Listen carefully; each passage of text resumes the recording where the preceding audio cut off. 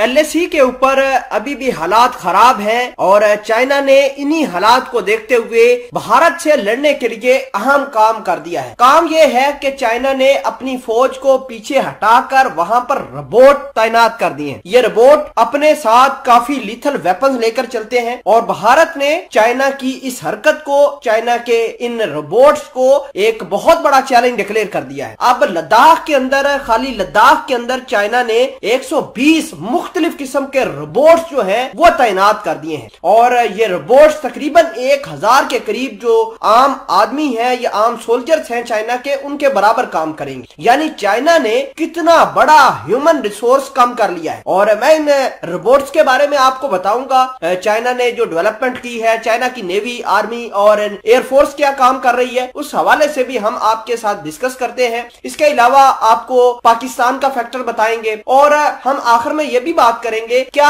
Human factor China के इन resource को हिमालय और लद्दाख के पहाड़ों पर ओवरकम कर पाएंगे या किसकी इंपॉर्टेंस ज्यादा होगी। ये सभी चीजें आज की इस वीडियो के अंदर हम आपके साथ शेयर करेंगे। छोटी सी गुजारिश है कि हसनात टीवी को आखिर तक देखिए और हसनात टीवी की इस वीडियो को दूसरों तक आप शेयर भी कर सकते हैं। सबसे पहले मैं आपको ये बताना चाहता हूं कि भारत ने हर हरबा इस्तेमाल कर लिया है कि चाइना उनके इलाकों से वापस चला जाए। चाइना ने हर चीज पर से पर्दा डालकर वहां पर मिलिट्री बिल्डअप करना शुरू कर दिया। देखिए कि इनकी नेवी और एयरफोर्स क्या कर रही है। नेवी इनकी ये कर रही है कि ऑटोनोमस सबमरीन बना रही है, वहां पर ऑटोनोमस वेपन्स लगाए जा रहे हैं और ये वेपन्स कोई आम वेपन्स नहीं है बल्कि काफी खतरनाक वेपन्स हैं जो किसी बड़े एयरक्राफ्ट कैरियर के साथ टक्कर लेने की सलाहियत रखती है। चाइना उन ऑटोनोमस सबमरीन के ऊपर अपने डांगफिंग सीरीज के मिसाइल तैनात करने वाला है। थोड़ा सा आगे चलते हैं जिसमें चाइना की एयरफोर्स ड्रोन्स बना रही है और ड्रोन्स के अंदर वो कैपेसिटी, वो आर्टिफिशियल इंटेलिजेंस का इस्तेमाल कर रही है जिसका किसी शख्स को कोई इमेजिन नहीं है, कोई शख्स उस बारे में सोच नहीं सकता। तीसरे नंबर पर हम बात कर रहे हैं जो ग्राउंड फोर्सेस हैं चाइना की, PLA है, उस हवाले से चाइना ने किस तरह हांगकांग और ताइवान को लॉक किया हुआ है। इन्हीं रोबोट्स की मदद से तो लॉक किया हुआ है। अब भारत को भी चाइना लॉक करके भारत को नुकसान पहुंचाने की कोशिश करेगी। नाज़रीन ग्रामी, ये रोबोट्स जो है अपने साथ हाई रेजोल्यूशन के कैमरेज हैं इनके साथ और न सिर्फ ये सोल्जर्स के तौर पर काम करेंगे बल्कि भारत की चेक पोस्टों को तबाह करने की ये सलाहियत रखते हैं। नाज़रीन ग्रामी, आपको ये जानना जरूरी है कि चाइना की फौज के अंदर कुछ ऐसे टैंक्स या ऐसे व्हीकल, रोबोटिक व्हीकल इंडक्ट किए जा रहे हैं जो एमुनिशन का काम करेंगे। यानी जिस तरह कोई बड़ा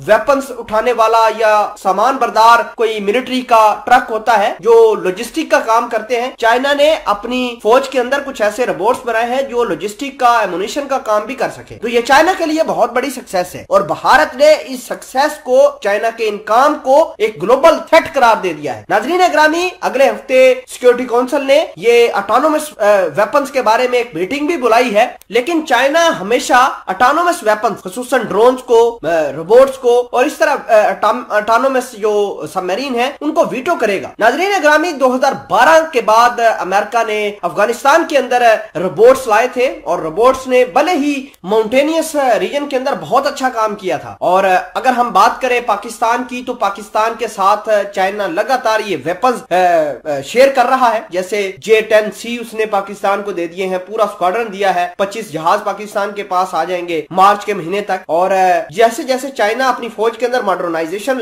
लेके आ रहा है वैसे वैसे पाकिस्तान के अंदर भी इस तरह के हथियार इंडक्ट किए जा रहे हैं।